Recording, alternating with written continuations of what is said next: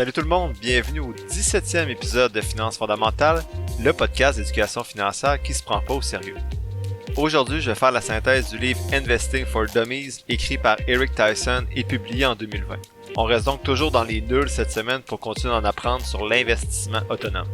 D'abord, je vous partage 2 questions reçues par des amis qui s'interrogent dans quoi ils devraient placer leur argent pour y avoir accès en tout temps, tout en protégeant leur capital et en ayant plus de rendement que dans leur compte chèque. Un beau défi. Donc, bon podcast!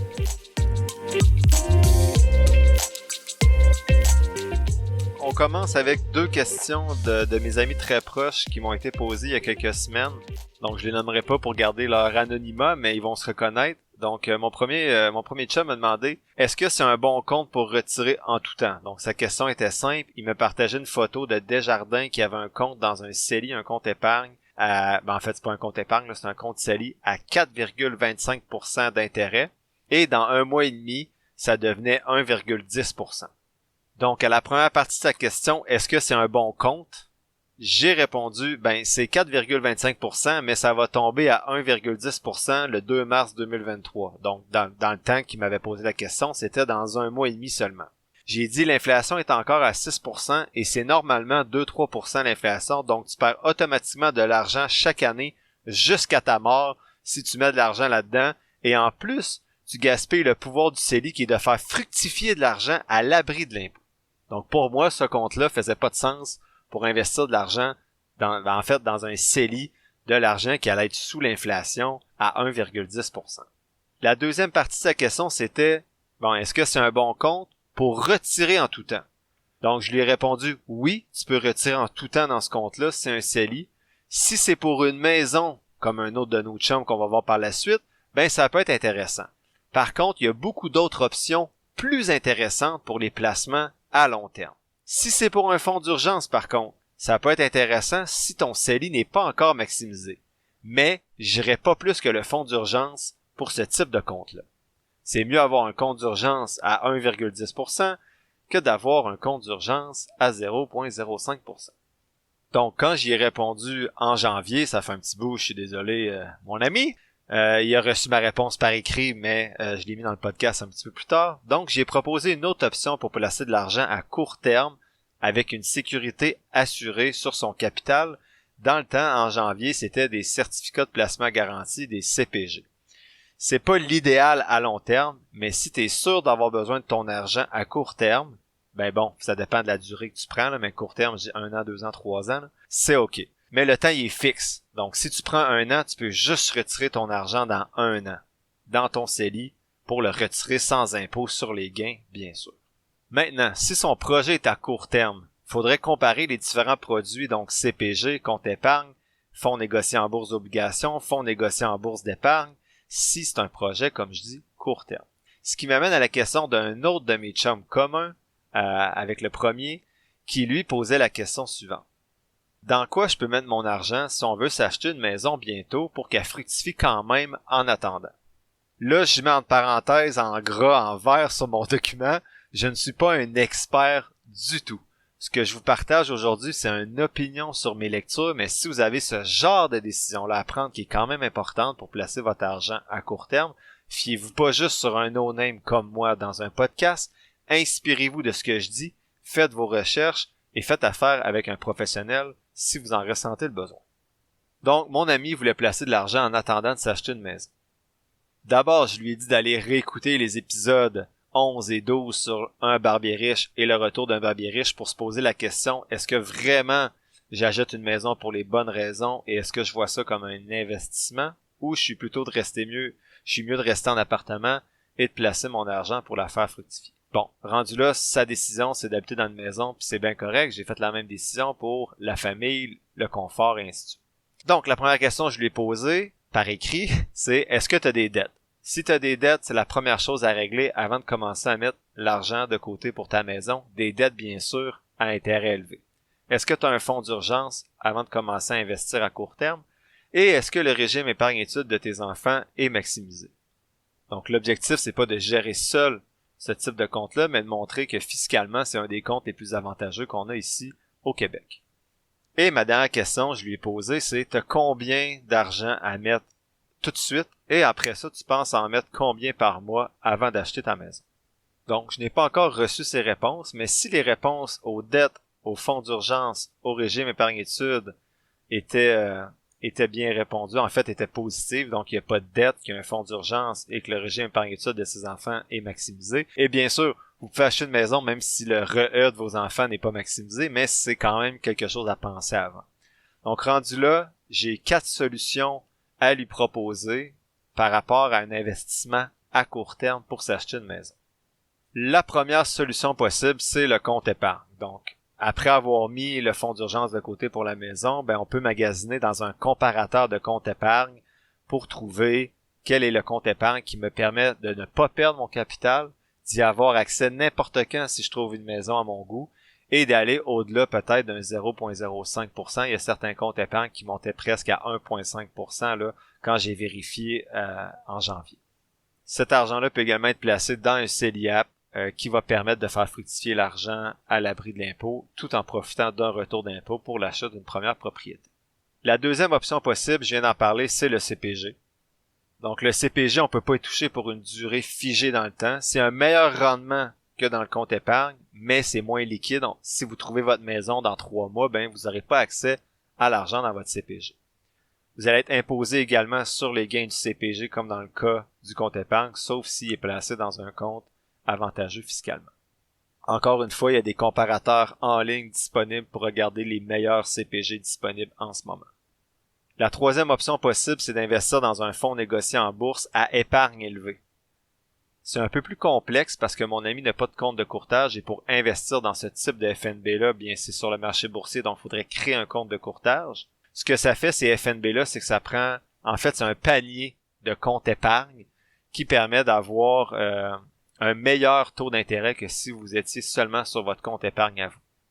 Donc, les principaux FNB d'épargne à intérêt élevé qui semblent intéressants en ce moment, c'est le CEI Interest Saving ETF, qui est CSAV, le Purpose High Interest Savings ETF, qui est le PSA, son symbole, et le NB Horizon Épargne à intérêt élevé, qui est le sigle CASH pour cash. L'avantage de ces FNB-là, c'est qu'ils vont suivre des comptes épargne, donc la liquidité est intéressante. Il y a des intérêts également qui sont gagnés à travers le FNB et vous pouvez, ce qui est encore plus intéressant, l'acheter et le vendre à tout moment. Donc, vous trouvez votre maison dans 3 mois, vous pouvez vendre l'entièreté de votre FNB et faire votre mise de fonds pour votre maison. Enfin, le dernier, c'est un FNB d'obligation. Donc, par contre, dans le FNB d'obligation, le capital n'est pas protégé. Vous pouvez perdre de l'argent parce que c'est pas des obligations, c'est un fonds négocié en bourse pour les obligations. Par contre, le rendement est meilleur que dans les 3 options précédentes que je vous ai présentées. La personne peut le placer seule, peut le retirer en tout temps, le vendre en tout temps, l'acheter en tout temps. Ça peut être placé dans un CELIAP, un CELI, un REER, et ainsi de suite. C'est plus complexe un petit peu, mais il existe ce type d'outil-là, par exemple, avec Vanguard. Il y a plusieurs podcasts que j'ai écoutés dernièrement qui disaient qu'on est peut-être dans un moment, pas historique, là, mais un moment intéressant pour avoir des obligations à cause des taux d'intérêt. Donc, si j'avais une suggestion à faire à cet ami-là, et c'est pas un conseil, c'est ce que moi je ferais dans sa situation, donc je lève le drapeau rouge, ne faites pas ce que je dis là, prenez-le et réfléchissez, j'investirais 50% de mon capital dans les options 3 et 4, soit 2 types de FNB, un à épargne élevée et un avec un FNB plus obligataire. Ce que ça permettrait de faire, c'est de protéger de façon assez importante le capital pour ne pas perdre l'argent, tout en conservant un rendement plus intéressant que dans des comptes épargne, et également d'avoir accès à cet argent-là en tout temps si on trouve la maison de nos rêves et qu'on veut faire une mise de fonds. Donc j'espère, mes 2 amis, que tout ça vous aurait fait réfléchir, les autres auditeurs aussi si vous êtes dans des situations similaires, mais c'est vraiment pas une question évidente parce que investir à court terme et protéger le capital, c'est sûr que ces 2 questions-là, ces deux intentions-là vont diminuer les rendements possibles parce qu'on peut pas prendre de risques. Moi, c'est les 4 options qui me viennent en tête. Je suis pas un expert. S'il y en a qui ont d'autres idées, je vous invite à m'écrire à financefondamentale@gmail.com ou sur le messenger de Finances Fondamentales pour me présenter ces autres options-là et je pourrai y revenir dans des épisodes futurs. Donc maintenant, pour le segment synthèse du livre aujourd'hui. Je vous fais la synthèse du livre Investing for Dummies écrit par Eric Tyson et publié en 2020. Donc aujourd'hui, on continue avec les livres que j'ai lus qui commençaient à me permettre de comprendre comment investir de façon autonome. Ce livre-là permet d'explorer les différents choix d'investissement possibles, de peser les risques et les retours et de mettre de l'ordre dans votre vie financière. Le livre présente 4 types d'investissements, soit les actions, les obligations, l'immobilier et l'entreprise. Quand j'ai lu le livre, j'ai seulement gardé les informations sur les actions et les obligations. À cette époque-là, je n'étais pas nécessairement intéressé par l'immobilier et l'entrepreneuriat, donc j'ai seulement des traces sur les 2 premiers types, soit actions et obligations.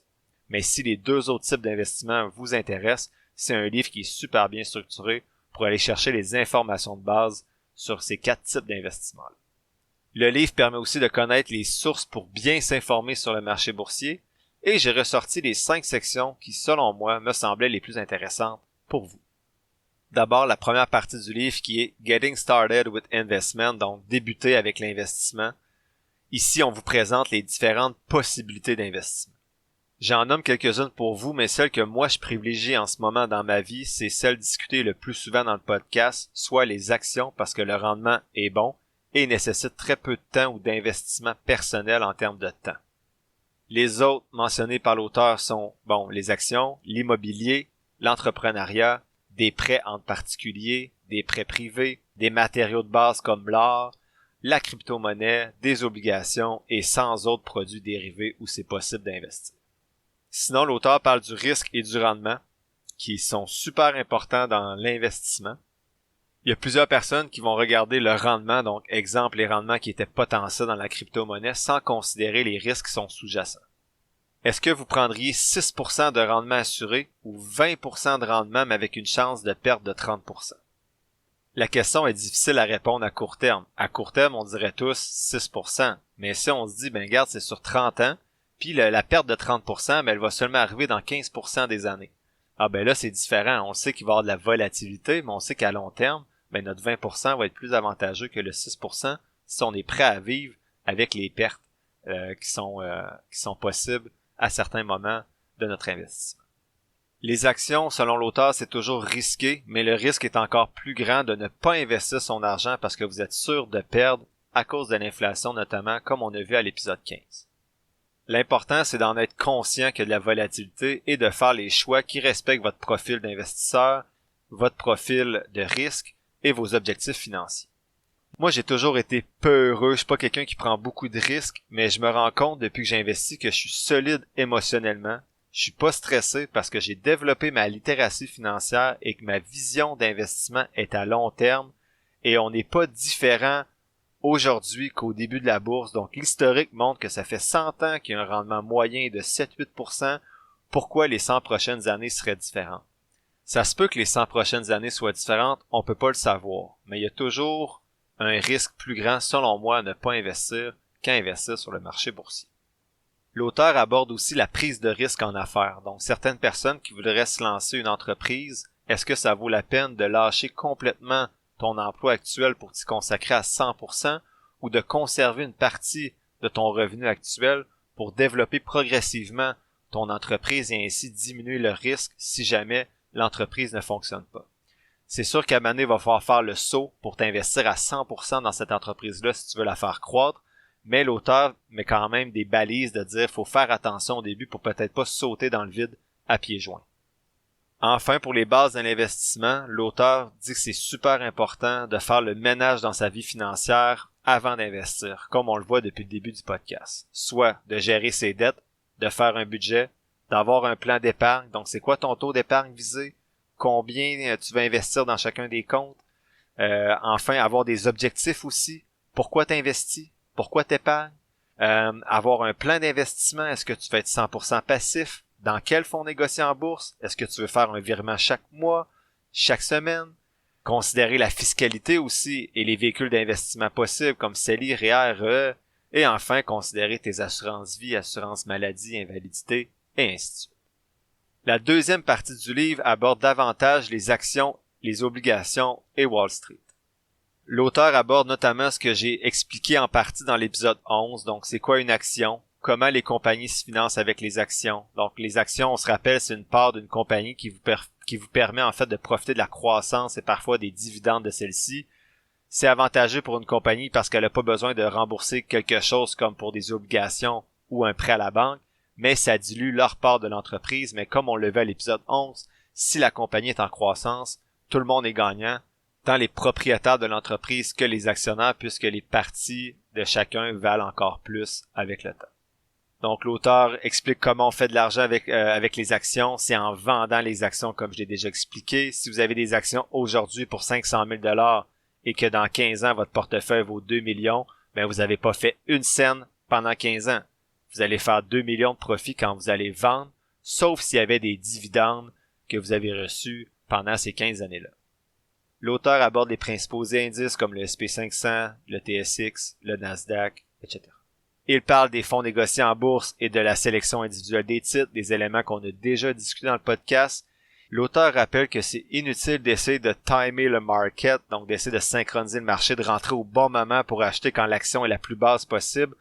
Il dit que time on the market beats timing the market, donc le temps sur le marché est beaucoup plus important que le moment où on entre sur le marché boursier. Mais je dois avouer que c'est pas facile. Quand le marché baisse toujours, que les nouvelles sont négatives comme en 2022, puis qu'on accumule de l'argent, je me disais, est-ce que je l'investis tout de suite? Est-ce que j'attends quelques mois? Mais la littérature montre que c'est toujours plus intéressant d'investir un montant fixe à intervalles réguliers, planifiés d'avance, que d'essayer de rentrer au bon moment. Plusieurs livres montrent que si tu manques quelques bonnes journées sur 10-15 ans à cause que tu attendais de rentrer au bon moment, tu perds la majorité des rendements possibles. Et en plus, ces journées-là sont super difficiles à prévoir. En fait, quasi impossible à prévoir parce qu'il n'y a aucun signe qui annonçait les principales journées. Les principaux rendements qui ont eu lieu sur le marché boursier ont montré aucun signe qui aurait pu permettre de savoir que ça allait être ce type de journée-là. L'auteur suggère de s'inspirer des grands investisseurs, mais aussi des principaux fonds négociés en bourse pour trouver des titres intéressants. Donc, dans quoi les super investisseurs de ce monde placent leurs billes. On peut peut-être pas nécessairement placer nos billes dans les mêmes compagnies qu'eux sans réfléchir, mais au moins ça donne des pistes de compagnies peut-être intéressantes à analyser pour ceux qui ont une stratégie plus active.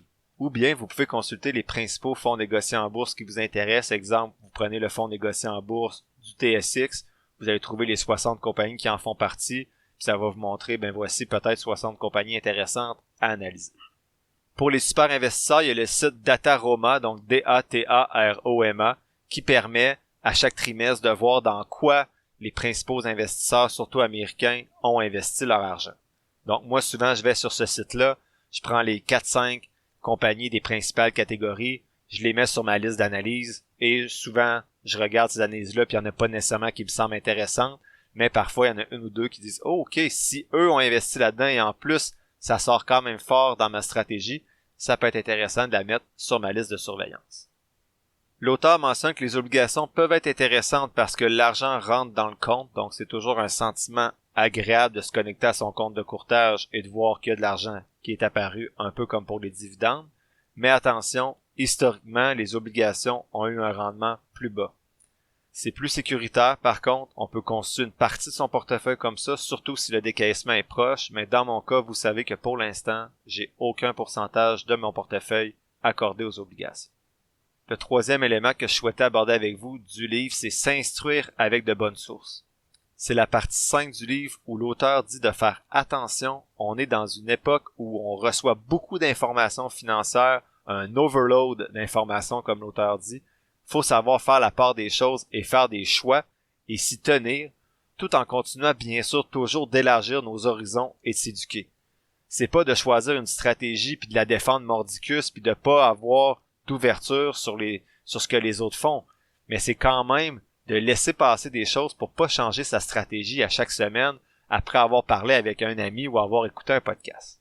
L'auteur dit que les livres c'est mieux parce que c'est moins sensationnaliste que les nouvelles ou YouTube par exemple. Sinon, il y a aussi les podcasts, mais toujours à consommer avec un esprit critique. Comme je l'ai déjà mentionné, pour suivre les titres et faire des listes à suivre d'actions ou de fonds négociés en bourse, personnellement, j'utilise Yahoo Finance. Tu peux créer différentes listes avec les données de ton choix pour suivre tes investissements boursiers.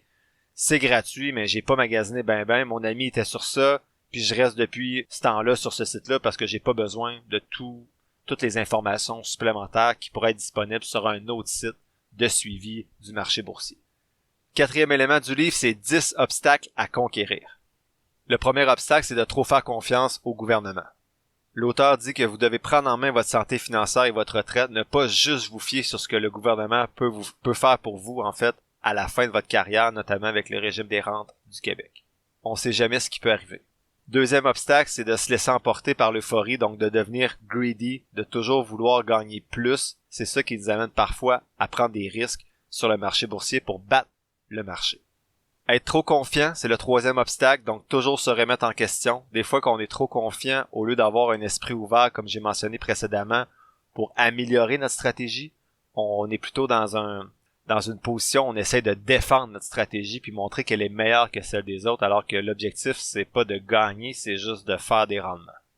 Quatrième obstacle, c'est d'abandonner quand tout semble perdu, donc de vendre ses actions parce qu'on panique à cause qu'on a perdu 40% de la valeur de son portefeuille. Vous allez parfois perdre des milliers de dollars peut-être en une journée, dans 10-15 ans. Vous allez faire quoi? Cinquième obstacle, c'est refuser d'accepter une perte. Je donne raison à l'auteur, mais ça dépend aussi des fondamentaux. C'est pas parce qu'une action perd de la valeur qu'on est obligé de la vendre. Si les fondamentaux sont encore solides, peut-être qu'on peut même en racheter, mais si vous jugez que c'est une mauvaise décision, les fondamentaux répondent plus à ce qu'ils répondaient quand vous avez fait l'analyse, ben vous devez sortir de votre position. Ce que j'ai toujours eu et que j'ai encore parfois de la difficulté à faire. Sixième obstacle, c'est de passer trop de temps à analyser ses placements. Je dois avouer que j'ai été très coupable de ça quand j'ai commencé. En fait, quand j'ai eu la piqûre de l'investissement, je devais passer 30 heures par semaine les soirs à regarder ça. Si vous passez 30 heures par semaine à gérer vos placements et vous faites un rendement 1% supérieur au marché, faut vous calculiez que vous n'êtes pas payé pour les 30 heures nécessairement que vous passez par semaine, puis peut-être que le 1% de rendement supérieur au marché, ben finalement, vaut pas nécessairement les 30 heures que vous avez mis chaque semaine pour gérer vos placements. Donc l'idéal, c'est toujours d'investir dans des FNB indiciels passifs selon les différents livres et de passer 5 minutes par mois à gérer vos placements. Personnellement, ne vous inquiétez pas, je mets plus du tout 30 heures par semaine pour gérer mes placements. J'ai atteint une certaine saturation, donc je fais juste analyser 2 fois par année à peu près 200 compagnies, mais ça se fait super vite. Et j'ai mon investissement passif qui me prend 5 minutes par mois. Septième obstacle à conquérir, c'est d'être flou par rapport à ses objectifs. Selon l'auteur, vous devez vous fixer des objectifs clairs en termes d'investissement, mais également en termes de liberté financière. Huitième obstacle, c'est d'ignorer des problèmes financiers importants comme des dettes élevées, un taux d'épargne en bas de 5%, des gens qui remettent toujours à plus tard la décision d'améliorer leurs habitudes financières. Donc ça, c'est vraiment un obstacle important à conquérir, donc faire le premier pas pour prendre en main sa santé financière. Neuvième obstacle, il y en a qui vont mettre beaucoup trop d'importance à certains risques, comme la volatilité qui est habituelle sur le marché boursier, donc c'est normal que vous perdiez 20% de votre portefeuille, faut pas paniquer si ça arrive. Dixième obstacle, c'est de croire en des gourous. Je vous rappelle, je suis pas un gourou, je fais juste des synthèses de livres. C'est votre argent. Donc vous êtes toujours les mieux placés pour gérer votre argent. Quand il y a de l'argent en jeu, il y a toujours des escrocs. Soyez prudents. Enfin, le cinquième élément que je voulais vous synthétiser dans le livre d'aujourd'hui, c'est 10 trucs pour investir dans un marché baissier. Donc lorsque le marché baisse, l'auteur propose 10 trucs pour investir. Je vous les résume en rafale. Le premier, c'est de ne pas paniquer. Le deuxième, c'est de garder votre plan d'investissement en tête. Ensuite, voir les baisses comme des soldes pour acheter plus d'actions.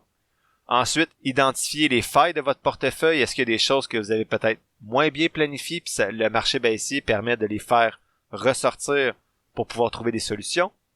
Ensuite, évitez des actions de croissance si vous stressez rapidement parce que les actions de croissance sont souvent plus volatiles. Dès qu'il y a une mauvaise nouvelle, ça peut baisser beaucoup. Ensuite, écoutez pas les médias sur la finance, surtout ceux qui sont négatifs et sensationnalistes. Ignorez les pertes pour avoir une vue d'ensemble sur le pourcentage. Donc, c'est de pas vous concentrer, exemple, sur votre Facebook qui a perdu 40% l'année passée, mais plutôt de voir, finalement, mon portefeuille a fait moins 12%, ce qui est même un petit peu meilleur que le rendement du marché. Donc vraiment de pas juste focusser sur votre action qui a perdu beaucoup pour commencer à paniquer puis à vendre. Voyez l'ensemble du rendement de votre portefeuille. Bien sûr, ça ne veut pas dire d'ignorer totalement le fait que vous ayez peut-être des mauvaises actions dans votre portefeuille, mais de pas juste paniquer à cause que certaines actions font moins bien que le marché. Ne pas penser que vous devez venir d'une famille riche pour être un investisseur qui connaît du succès. Tout le monde peut connaître du succès en bourse, suffit d'être patient, investir à long terme et gérer ses émotions. Mais ça, c'est pas facile, mais c'est pas plus facile si votre famille est riche ou si vous venez d'un milieu plus modeste. Ensuite, un truc important à comprendre le fonctionnement des marchés financiers. Même si vous investissez de façon passive, ça peut être intéressant de comprendre comment le marché boursier fonctionne pour mieux gérer vos émotions. Enfin, parlez avec des personnes qui tiennent à vous, mais soyez prudents aussi. Les finances, c'est tabou, et parfois vous allez parler avec quelqu'un qui vous aime beaucoup, mais qui a peut-être vécu des mauvaises expériences en bourse avec notamment les crashs de 2000 ou 2009, et ça va leur faire peur, ils vont essayer de vous décourager. Donc, parlez-en avec des gens qui sont intéressés, mais également soyez toujours critiques par rapport aux réponses que vous obtenez de ces personnes. N'oubliez pas, c'est votre argent. En conclusion, selon moi, ce livre-là est plus intéressant que le précédent qu'on a vu à l'épisode 16 et il est super bien divisé. On peut donc lire encore une fois ce qui nous intéresse seulement selon les différentes parties du livre. Je le suggère pour ceux qui veulent commencer à investir parce que moi, ça m'a beaucoup aidé à continuer à éliminer le brouillard et les jargons financiers qu'il y avait autour des étapes pour investir de façon autonome. Après ce livre-là, je me sentais à l'aise de commencer à voir comment acheter une action pour vrai, mais je devais maintenant trouver comment choisir la bonne action dans laquelle investir. Ce livre-là permet pas de répondre à cette question-là, mais on va le voir dans les prochains épisodes. J'ai vu que pour le même livre, il y avait une version qui existait qui est spécifique au Québec. Je l'ai pas lu parce que les contenus me semblaient très similaires une fois que j'avais déjà lu le premier, mais peut-être que ça peut être plus intéressant pour vous de prendre cette version-là. L'épisode tire à sa fin. Je vous remercie d'avoir écouté ce 17e épisode de Finances fondamentales. En résumé, prenez en main votre santé financière et une fois que c'est fait, ce livre-là va vous permettre de connaître toutes les bases pour ne plus être perdu dans le jargon financier et dans les étapes à suivre pour investir. Mais aussi, dans quoi on peut investir? Actions, obligations, immobilier, entreprises. On a également vu ensemble les obstacles et les trucs en investissement. En gros, pour vrai, c'est de s'éduquer et de ne pas paniquer. Dans le prochain épisode, je vais faire la synthèse d'un livre mythique, soit The Intelligent Investor, l'investisseur intelligent, de la légende de l'investissement Benjamin Graham. Un épisode à ne pas manquer si vous n'avez jamais lu cette Bible de l'investissement. Ceux qui sont intéressés, je vais partager cette semaine sur la page Facebook de Finances fondamentales un tableau synthèse de 3 compagnies analysées en bourse avec mon outil présenté à l'épisode 2, soit Microsoft, MSFT, Pool Corporation, POOL, et Texas Instruments, Inc., TXN. Si vous avez apprécié l'épisode d'aujourd'hui, merci de vous abonner à la page Facebook de Finances fondamentales ou au podcast, de partager l'épisode avec des gens que vous connaissez qui pourraient être intéressés, et enfin m'écrire sur mon Gmail ou sur la page Facebook de Finances fondamentales pour me poser vos questions ou me faire vos demandes spéciales. Les informations sont présentes dans la description de l'épisode. N'oubliez pas que je suis pas un expert ou un gourou de la finance, vraiment pas un gourou, juste un gars qui trippe un peu trop là-dessus et qui partage ce qu'il apprend avec vous. Prenez pas ce que je dis pour du cash ou comme une recommandation d'achat, faites toujours vos propres recherches. Sur ce, merci encore pour votre écoute et on se dit à la semaine prochaine pour le 18e épisode de Finances fondamentales.